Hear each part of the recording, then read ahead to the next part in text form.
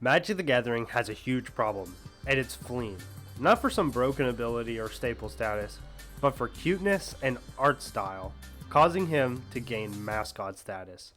My name is Estix, and Universes Beyond has been a bit of a problem recently. A lot of things have been getting printed that a lot of people don't like. They don't like the art, they don't like the abilities being broken, and honestly, I kind of agree with them. This last Spiderman set just came out, and a lot of people do not want to play spiders with little men in suits. I'm gonna be dead ass with you. And there used to be a thing called a Universes Within that was a happy medium between these, but they discontinued it. And there's a good reason why they discontinued it. However, I disagree with the reasons wholeheartedly. So, Universes Within was a happy medium ground with a lot of different cards coming out, like Rick, the Steadfast Leader, being transformed to this guy, and a lot of other ones that came out, and they discontinued this line. However, with the copyright problem from Spider-Man and MTG Arena, they weren't able to get the rights for the game. But players loved the art style through the Omnipath, and that matches the OG style of Magic the Gathering. And then we were introduced to Magic's third mascot, Fleem. The reason that Universes Within had stopped being produced is because they didn't want to pay for two different art styles of the art. And I'm sure that in some negotiations that a lot of different companies did not want different cards with the same abilities as their cards because they probably want the popularity of their IP to go up. Kind of just corporate greed, if you want to be honest with you. People loved through the Omnipath because the art style matches Magic's original art. And I agree with some of these art cards with the spiders. And the spiders look really good in this set, and if we had them in paper, I would be using them for my Lord of the Rings spider commander, which fits Magic the Gathering's art style, and that's why a lot of people did not mind the Lord of the Rings crossover. But Spider-Man feels so out of place. However, whenever this was released, a lot of players really liked it, and contrast to Magic's last mascot,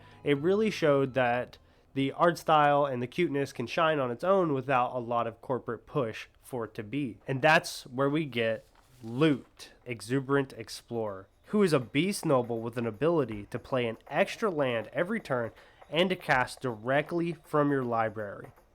Do you smell that? Yeah, it's a load of shit. Loot is a Nepo baby industry plant if I ever saw one. He's literally a beast noble, and Magic has done nothing but pay for him to be super marketed. He's a huge marketing ploy. And is that fine? Sure. But they basically tried to make a Pikachu for Magic, and players didn't really like that. I didn't really like that. However, they kept giving Loot a lot of abilities that were really powerful that kind of made him a staple for the deck, so he became Magic the Gathering's second forced mascot. Another reason why I think that he is such a crappy mascot is he's got everything you want from a 3-mana mono green commander.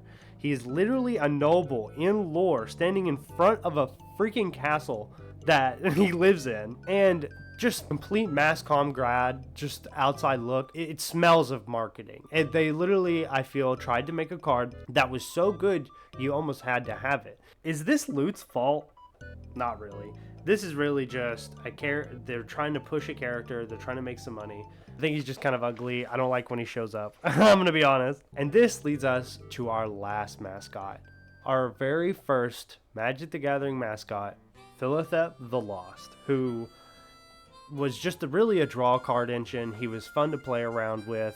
You could put him on the top of his library and you could draw into him. You know, there was a lot of things you could do with him. He wasn't the most broken card ever, but he was fun, energetic, and something about him is that he was very cute. Now, something about a lot of Magic the Gathering mascots is they're all very cute, and that's something that is just very favorable to players. In Magic, you obviously see that with the characters, but in Pokemon, you see a lot of the characters are really popular because of how cute they are, unlike Yu-Gi-Oh, who are just a bunch of gooners. However, our boy Fblthp was a king of the players. What did he mean to the players? He was cute, he was fun, he was when Magic was at his best, he was really just someone who was lost looking to play the game.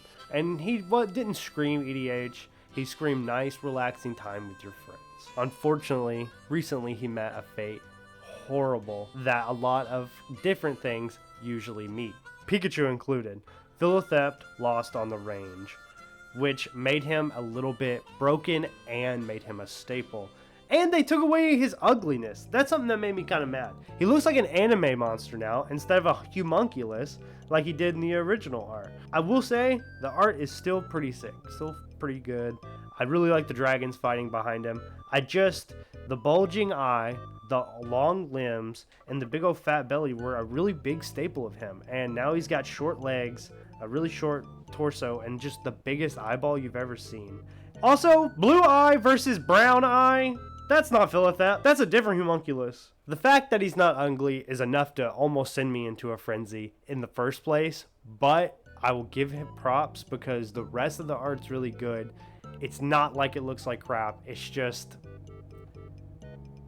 my brother, Fblthp. No. But he's a staple in plot decks, raising interest, which is kind of, in my opinion, failed the reason why he was so popular in the first place. He was good at drawing cards, but he wasn't a staple. You could have him around because he was cute, he was fun to play, and most importantly, he was like a good time. He wasn't super broken.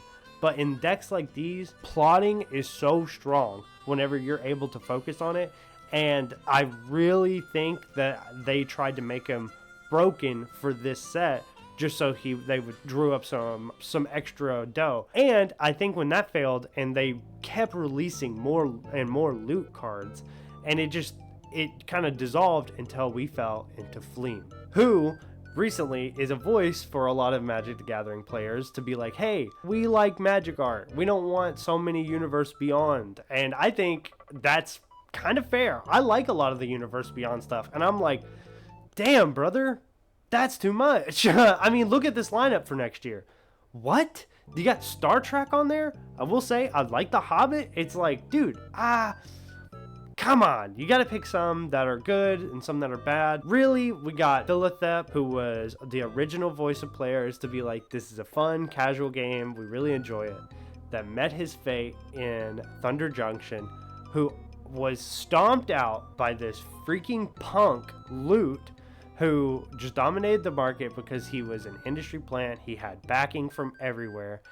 And then we got Fleem, who is now a reason for the players to be like, hey, if you printed a Universe Within set, we would buy it. Stop acting like we wouldn't. From these three mascots and their backstories, I think the most influential one so far is Fleem, unfortunately, because he's the only one that really sends the message of we want change in the game. Loot, unfortunately, was when the game had just started to get at its worst and started to really ramp up these power cards.